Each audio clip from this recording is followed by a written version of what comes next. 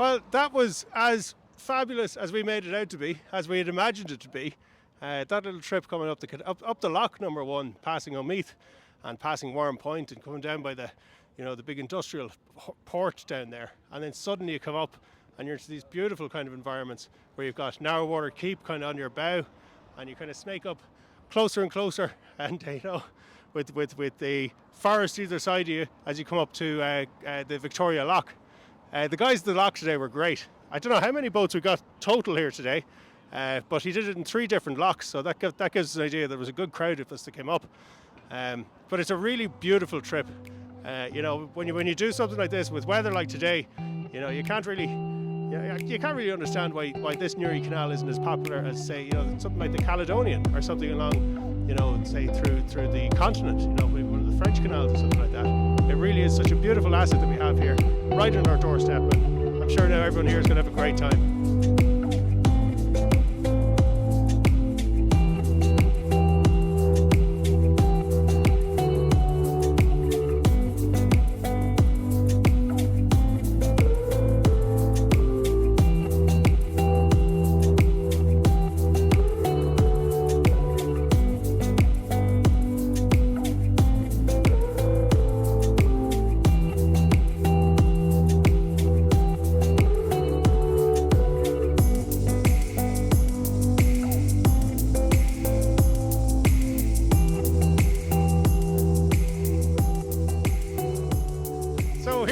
This is my boat here. We're on the Easy Peeler, which is still called Dunleanan, but we're going to change the name of that.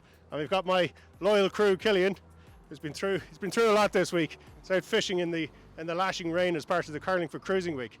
But the reason that we created this week, we came up with this idea, was number one, to start inviting, more kind of, not just the racing boats that you get every year to Carlingford Loch, but also the cruisers as well. So we have an awful lot of kind of young families here today and that kind of stuff, all enjoying everything that Carlingford has to offer. And you'll notice as well that the events that we've organised really kind of promote everything around the loch. So we're going to do an event over in Rostrevor Bay. We're going to do an event obviously up here in Newry Canal. We went out fishing beyond the Holbolan Lighthouse and really promoting Carlingford Loch as a sailing destination that has national interest. And thank God it seems to have gone well. So we're here now for dinner.